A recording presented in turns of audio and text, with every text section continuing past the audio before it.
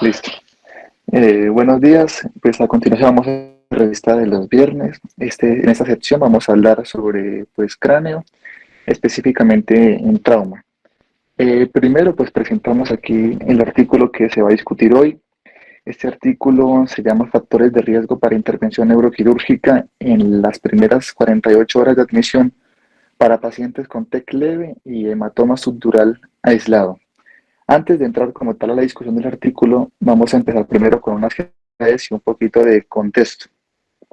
Entonces, recordando, pues el hematoma subdural agudo es básicamente una acumulación de sangre que se da entre la cara interna de la obra madre y la aracnoides, y que para definición hablamos de que es agudo según la mayoría de literatura cuando aparece en las primeras 72 horas. Es importante porque pues usualmente cuando uno lee pues los desenlaces y la implicación que tiene el subdural agudo, uno se da cuenta que es una lesión que refleja mayor magnitud de los traumas y que usualmente se asocia a malos desenlaces. Entonces ya ahondando un poquito más en ese tópico de la importancia, hay que recordar que el hematoma subdural agudo puede estar presente hasta un 11% de los pacientes con TEC. Y esa incidencia aumenta aún más en los pacientes con TEC severo, es decir, con Glasgow de 8 o menos, estando presentes hasta un 30-60% de los pacientes, que se va a dar principalmente en hombres y en pacientes jóvenes, y que se asocia hasta en la mitad de los casos con otras lesiones, principalmente con lo que es el edema, con lo que son las contusiones y con lo que es la lesión axonal difusa, y ahí es donde deriva pues su mal pronóstico usualmente funcional.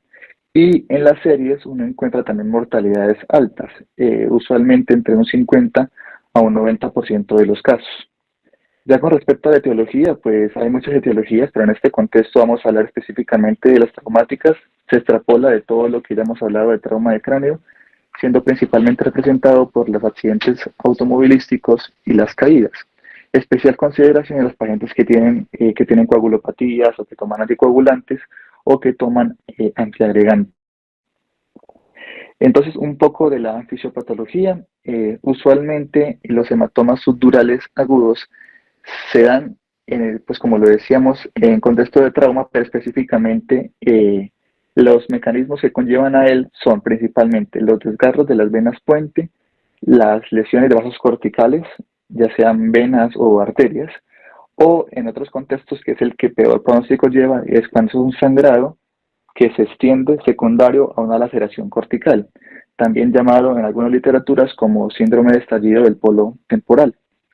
Entonces el hematoma subdural agudo, pues a grandes rasgos tiene tres caminos. El primero es que el paciente evolucione bien y se reabsorba, se resuelva pues la patología. El otro camino es que entre un 6 a 11% de los casos se cronifique y se haga un hematoma subdural crónico. Y en otro porcentaje de los casos es que pues conlleva deterioro neurológico y requiera pues drenaje quirúrgico. Usualmente esos pacientes se presentan, la mayoría, con Glasgow por debajo de 9, es decir, con TEC severo, entre un 35-80% de los casos. Y hasta la mitad de los pacientes pueden tener anomalías de la reactividad pupilar al ingreso, pues de ahí donde deriva pues lo que hablábamos del pronóstico. Y hay un grupo específico de pacientes que más o menos en promedio un 10% de los casos que tienen una presentación que se llama Talk and Deteriorate, que es básicamente pacientes que inicialmente llegan bien y usualmente en las primeras 6 horas se deterioran pues neurológicamente hablando. Un poco de las imágenes, como decíamos, una selección nada más. Recordar que es una imagen usualmente en forma de media luna y hablamos de subagudo cuando las unidades Hounsfield están por encima de 60, pero hay que recordar también que a pesar de que en la mayoría de los casos es hiperdenso, también puede ser isodenso o heterogéneo, específicamente en pacientes con hematocrito bajo o en pacientes que tienen también combinado en ese componente, en ese espacio, líquido cefalorraquídeo. Ahora sí, ya entrando un poco más en materia, entonces antes de hablar del artículo, recordemos las recomendaciones que nos da la Brain Trauma Foundation con respecto al manejo quirúrgico de estos hematomas. Entonces las indicaciones que nos plantea la guía son básicamente que todo hematoma estructural agudo que tenga un grosor de más de 10 milímetros o una desviación de línea media de más de 5 milímetros sin importar pues el Glasgow.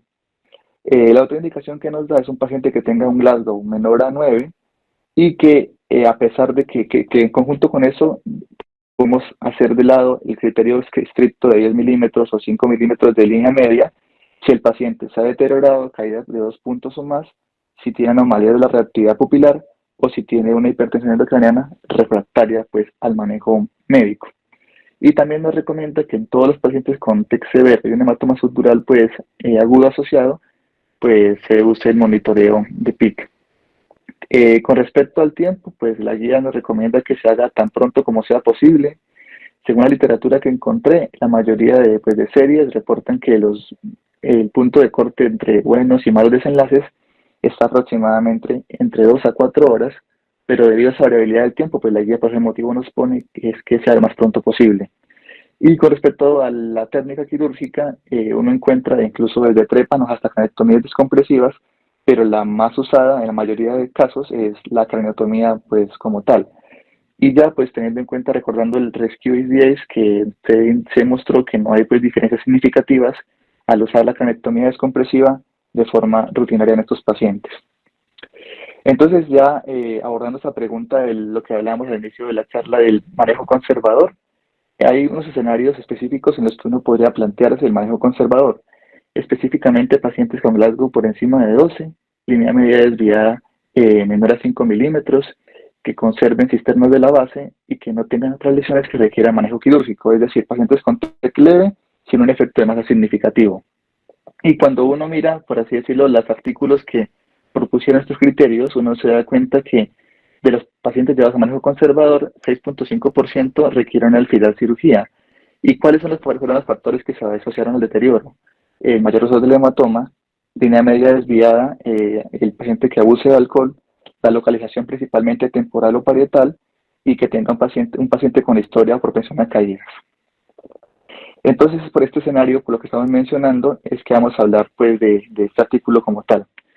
Volviendo pues ya a la parte del artículo, es un artículo publicado en el Journal de Neurosurgery, fue publicado en febrero del presente año por Alessandro Orlando y colaboradores.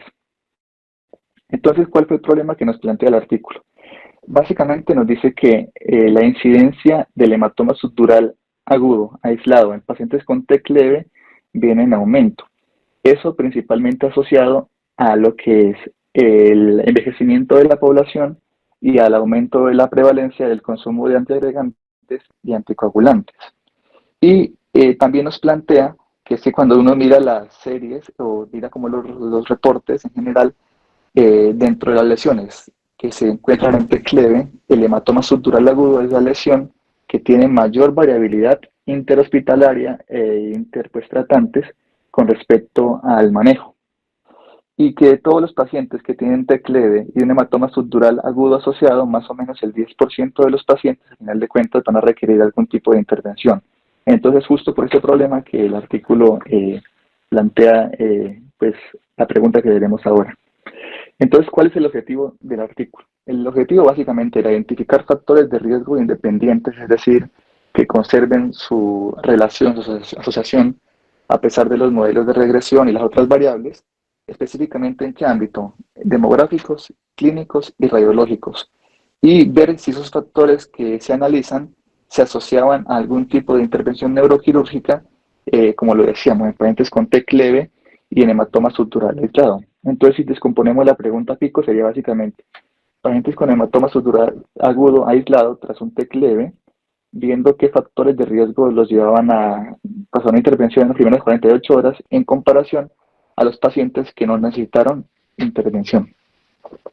Con respecto a la metodología, es un estudio de cohorte retrospectivo multicéntrico. Fue hecho en 5 centros de trauma, nivel 1 y nivel 2 de Estados Unidos.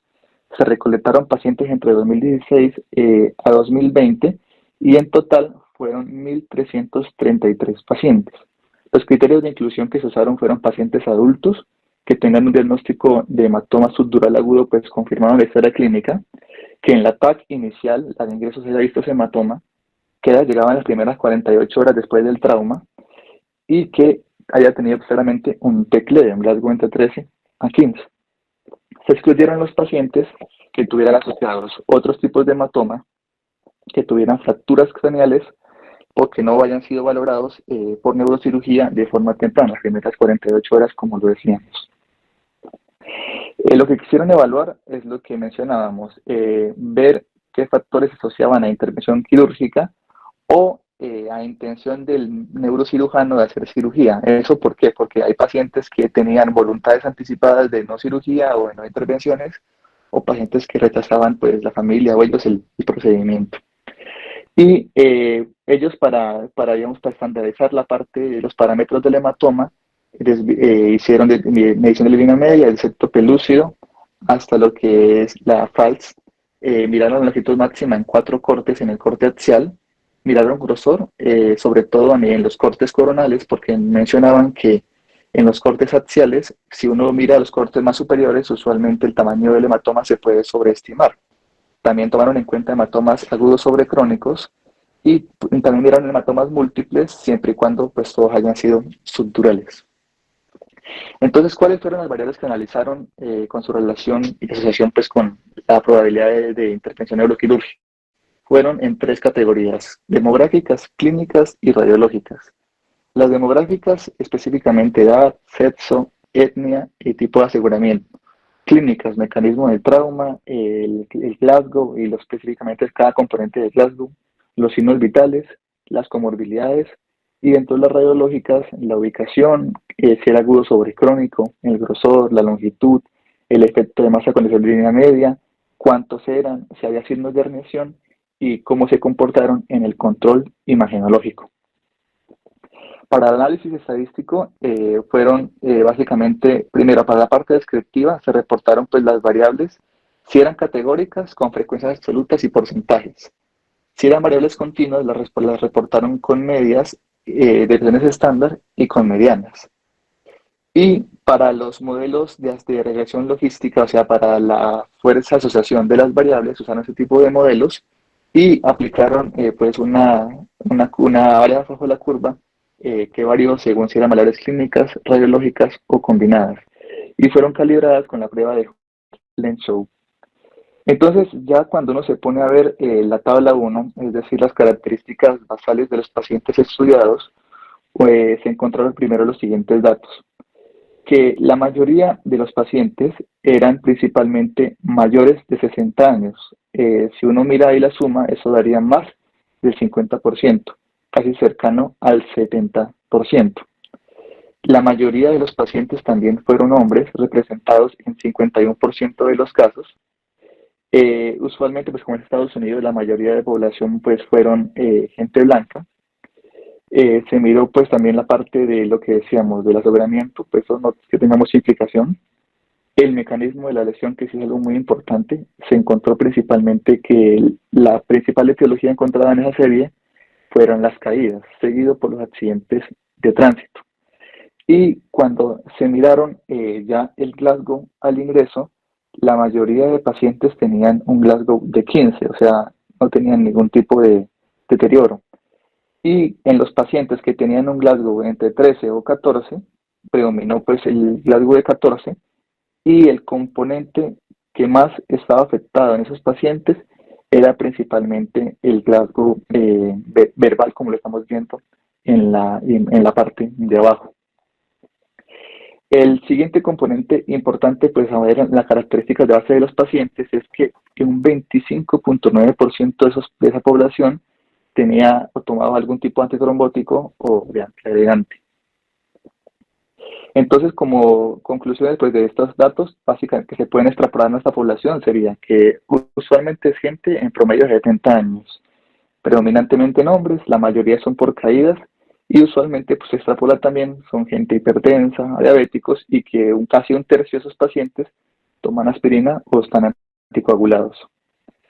Ya cuando se miraron las características radiológicas basales de esa población estudiada, se encontró lo siguiente: que usualmente la localización del hematoma en la mayoría de los casos era a nivel cerebral hemisférico, que la mayoría de los hematomas, en un 83% de los casos, eran únicos, que la desviación de la línea media en promedio era de 1.47, que el grosor máximo del hematoma en esos pacientes era de 8.04, que la longitud máxima de grosor de esos pacientes estaba en 7.38 centímetros o 70 milímetros.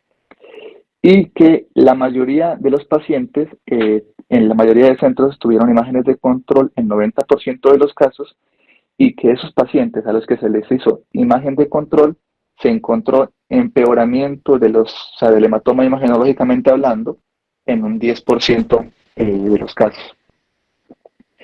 Entonces aquí en esta gráfica que nos muestra más o menos la distribución de los datos y de los pacientes, nos muestran básicamente la relación entre las dimensiones del hematoma. En la gráfica de la izquierda vemos la relación entre lo que es la longitud del hematoma y el grosor del hematoma. En esta gráfica nos muestran una relación logarítmica. Eso básicamente, ¿qué quiere decir? Que en un principio los hematomas más que van aumentando su tamaño en el eje, por así decirlo, vertical, en su largo, se asocia a un crecimiento pues exponencial también del grosor. Sin embargo, cuando ya alcanzan más o menos una longitud de 12 centímetros o 120 milímetros, uno se da cuenta que a partir de ahí el grosor del hematoma usualmente no aumenta tanto. Y ya cuando vemos la relación entre lo que es la desviación de línea media y el grosor del hematoma, ahí sí nos damos cuenta que es una relación más lineal. O sea, mayor grosor, mayor desviación de línea media. Básicamente lo que podemos concluir adquiere estas gráficas que nos presentan ellos. Y ahora sí, cuando entramos a ver la parte de los resultados, cómo se comportaron las variables cuando vieron los grupos llevados a neurocirugía o a manejo conservador, se comportaron los datos de la siguiente manera. Entonces, usualmente los pacientes que fueron llevados a intervención neuroquirúrgica fueron más que todo pacientes ancianos o mayores de 70 a 80 años. Como lo vemos ahí pues en los resultados, en el grupo de 80 a 39 años, en el grupo de intervención fueron 33% y en el grupo de manejo conservador fueron 26.5%. Y ahí nos plantean que si hay una relación estadísticamente significativa, pues por una P de 0.04. A su vez nos plantean también que la mayoría pues, de pacientes llevados a cirugía, en 66.7% de los casos, en comparación a 50% en manejo conservador, eran hombres, también con una P pues, menor a 0.05. Otra relación estadísticamente significativa que se encontró fueron los mecanismos de caída, de lesión, específicamente en el contexto de caída, siendo 94% de los pacientes que fueron llevados a intervención y 37% en pacientes de manejo conservador. Ya con respecto pues, al estado de admisión, en el componente visual del Glasgow también se ve una diferencia significativa, específicamente, como lo decíamos, en el estado pues, de alertamiento en este caso pues la somnolencia. Y también se encontró una diferencia significativa en los pacientes que fueron llevados a cirugía versus no, con respecto al estado de que si tomaban o no algún tipo de antiagregante o algún tipo de anticoagulante, ya que como vemos, el 34% de los pacientes que se iban a la cirugía sí tenían estos medicamentos, mientras que el 25% los de manejo conservador lo tenían. Ya que también cuando vemos la comparación en esos grupos de intervención versus de manejo conservador con respecto a las características radiológicas, encontramos que las diferencias estadísticamente significativas más importantes son, primero, en localización, específicamente cuando son localizados en la convexidad a nivel de lo que decíamos la región temporoparietal. Usualmente en el grupo de intervención, 96% de los casos, en el grupo de manejo conservador, 32%. Que usualmente los pacientes que fueron llevados a cirugía también tenían, como lo vemos, un mayor número de hematomas. 25%, o sea, dos o más, 25% de los casos en el manejo pues, quirúrgico, y en el grupo de manejo conservador, 16% de los casos. Y ya cuando vemos las dimensiones del hematoma, también nos damos cuenta que en promedio la desviación de línea media, el grosor máximo y la longitud máxima del hematoma fueron mayores en el grupo de intervención quirúrgica con respecto al manejo conservador.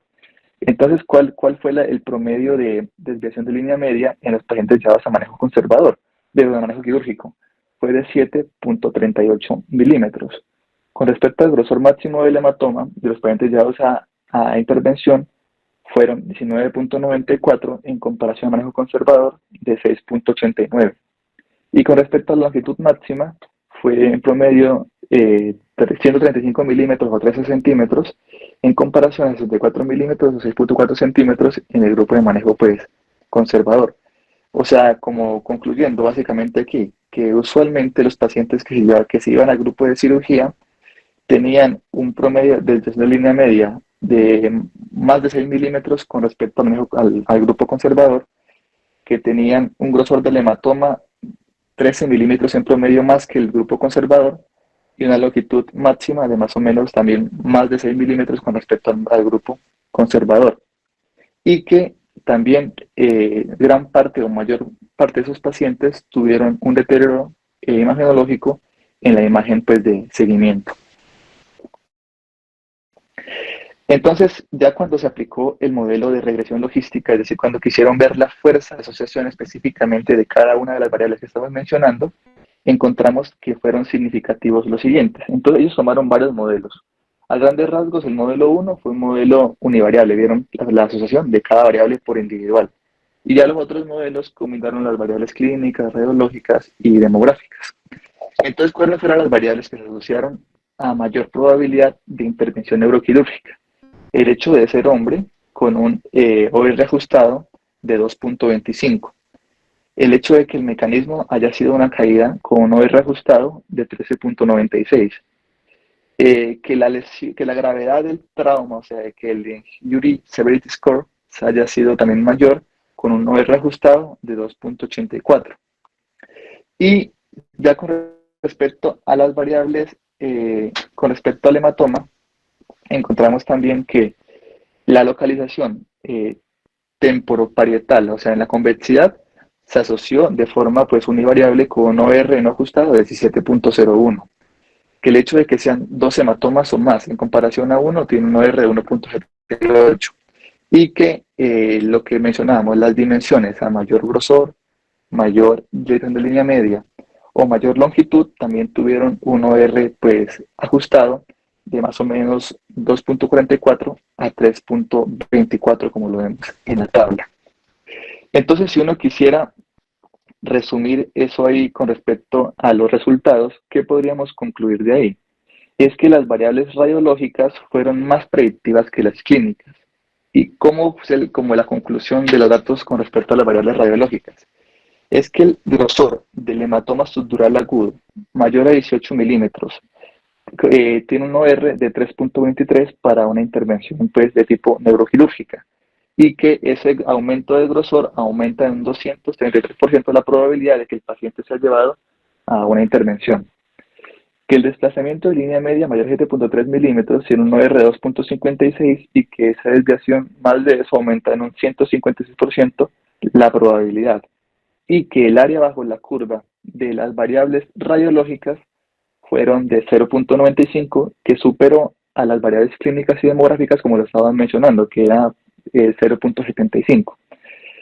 Entonces, aquí en esta gráfica, lo que ellos nos muestran básicamente es la relación del grosor del hematoma y de la desviación de línea media con la probabilidad pues, predecida de una intervención neuroquirúrgica en las primeras 48 horas.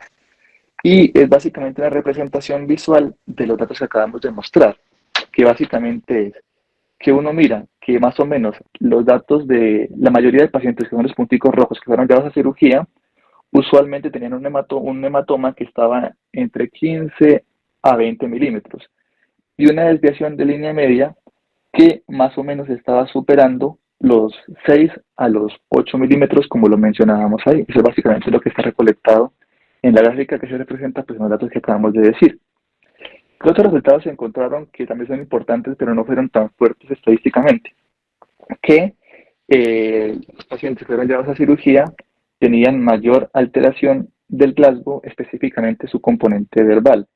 Lo que decíamos, el mecanismo del trauma, las caídas, la edad, usualmente los pacientes ancianos, y también los pacientes que tomaban antitrombóticos o aspirina. Entonces, Ya, perdón, se quedó parado ya. ¿Qué consideraciones puede tener uno aquí con respecto a este estudio? Con respecto a su validez interna, podríamos decir que nos deja un poco, nos deja tranquilos en el sentido de que hay una pico bien definida, la cohorte está bien definida con buenos criterios de inclusión y de exclusión, que se ajustaron los factores de confusión porque se usaron modelos de regresión multivariable y que la evaluación de las variables imagenológicas fueron hechas de forma ciega por los evaluadores y que fueron de forma estandarizada, como lo mencionábamos. Sin embargo, ¿qué limitaciones se pueden encontrar con respecto a la validez interna? Es que es un diseño retrospectivo y que, como lo mencionábamos, fue en varios centros y por varios neurocirujanos, en total 83 neurocirujanos. Es decir, que hubo variabilidad en la toma de decisiones quirúrgicas con respecto pues, a los pacientes. Ya con respecto a la validez externa, ¿qué puntos buenos tiene el artículo? Es un ensayo multicéntrico, o sea, es una población geográficamente dispersa y que tiene una gran cantidad de pacientes, 1.333, lo que le da un gran poder estadístico. Eso pues lo hace que de cierta forma sea confiable a la hora de extrapolarlo. Pero, ¿qué limitación también nos da? Es que, como lo dijimos, usualmente los hematomas subdurales agudos en el 50% de los casos tienen lesiones asociadas. Y hay que recordar ahí que uno de los criterios de exclusión fue justamente que no se aplicaba a pacientes con otros tipos de hematomas y asociados pues a fracturas. Y otra limitación pues que me pareció importante a mí es que solamente nos hablan de listo, se ve para cirugía o se ve para cirugía, pero no nos hablan de cómo les fue a cada uno de los pacientes en el seguimiento pues a largo plazo. Entonces, ¿qué conclusiones uno puede tomar con respecto a este artículo y a todo lo que acabamos de mencionar? Es que, bueno, el estudio respalda básicamente que las intervenciones neuroquirúrgicas hay que reservarlas para qué tipo de pacientes. Primero, para pacientes que tengan signos radiográficos de riesgo, que el artículo encontró que eran básicamente las dimensiones del hematoma, específicamente el grosor, y un efecto de masa significativo, como lo decíamos reflejado en la línea media. Que hay que reservarlo también para pacientes que tienen un deterioro clínico. Como lo mencionaba el artículo, en este contexto solamente lo que se cae es el Glasgow, el componente verbal. O que en las imágenes, como lo mencionábamos, en un 10% más o menos, haya progresión significativa del hematoma. Pero entonces, cuando uno lo contrasta con las recomendaciones de la Brain Trauma Foundation, como lo decíamos, en este artículo se tuvieron puntos de corte más altos con respecto a las características de las dimensiones del hematoma para llevarlos así a intervención quirúrgica. Entonces, es ahí donde uno se plantearía básicamente lo siguiente: ya tenemos pues la evidencia, las recomendaciones de las guías, y ahí pues quisiera escuchar como el concepto de profe pues que tiene experiencia más en este campo. Entonces, que el artículo, como lo decíamos, usualmente el promedio de los pacientes que eran a cirugía eran hematomas de grosor 18 milímetros y con una media de 7 milímetros. Entonces, la pregunta es, ahí aplicado, que cómo sería la práctica local o qué opina de la seguridad de esperar esas dimensiones para hacer un manejo de tipo quirúrgico. Pues hay que tener aclaración aquí de que como lo mencionábamos, el hematoma subdural agudo es más de jóvenes y es más de pacientes con lesiones asociadas severas. Pero este es un espacio diferente porque usualmente cuando es de forma aislada se da en pacientes ancianos favorecido por la atrofia cortical y por los traumas de baja energía. Es decir, la consideración cambia, el tipo de paciente cambia y también cambia la tolerabilidad y la compliance de esos cerebros, de esos pacientes pues, mayores, a los tipos de lesiones pues, extrachiales. Y la otra cosa que sería pues interesante discutirla sería que pues ya lo vimos que para ellos más o menos de un 6% de los pacientes se les deterioró con manejo conservador. La pregunta sería, más o menos en esta población, ¿qué porcentaje consideran acá que se deterioran? Y de esos pacientes más llevados manejo conservador, ¿qué porcentaje se vuelven crónicos y que después requieren pues, algún tipo de intervención? Entonces eso es como lo que tenía Doca ahí. Sabas, muchas gracias. Con respecto a las preguntas que me haces, bueno, lo primero es que el artículo, yo lo leí anoche y me pareció súper enredado, difícil de entender, y las conclusiones, pues no son mayor cosa. Yo creo que las recomendaciones de la Brain Trauma Foundation son muy buenas. 10 milímetros, aquí ponen 18 milímetros y una desviación de la línea media de 5 milímetros, aquí creo que 7 milímetros. Entonces, ¿qué hago yo en mi práctica profesional? Pacientes con riesgo menor de 15 y que tengan un hematoma subdural con cualquier efecto de masa, así sea menos de 5 milímetros, yo lo opero. ¿Y por qué razón lo opero?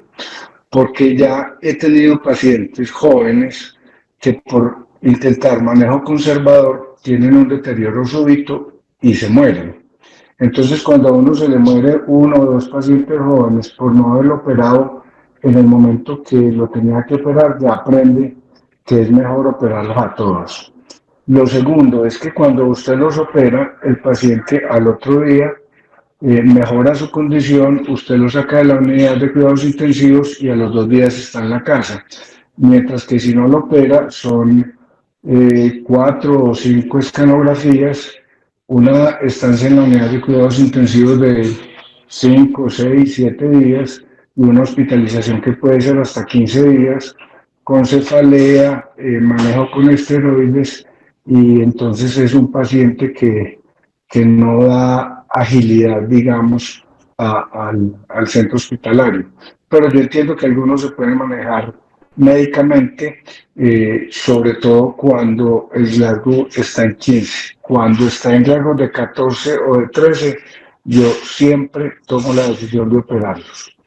Esa es como mi consideración. Me parece que llegar a 18 milímetros y a 7 milímetros es absolutamente exagerado y riesgoso. Adrián tiene mucha experiencia en hematomas. Si tiene algún comentario, adelante, Adrián.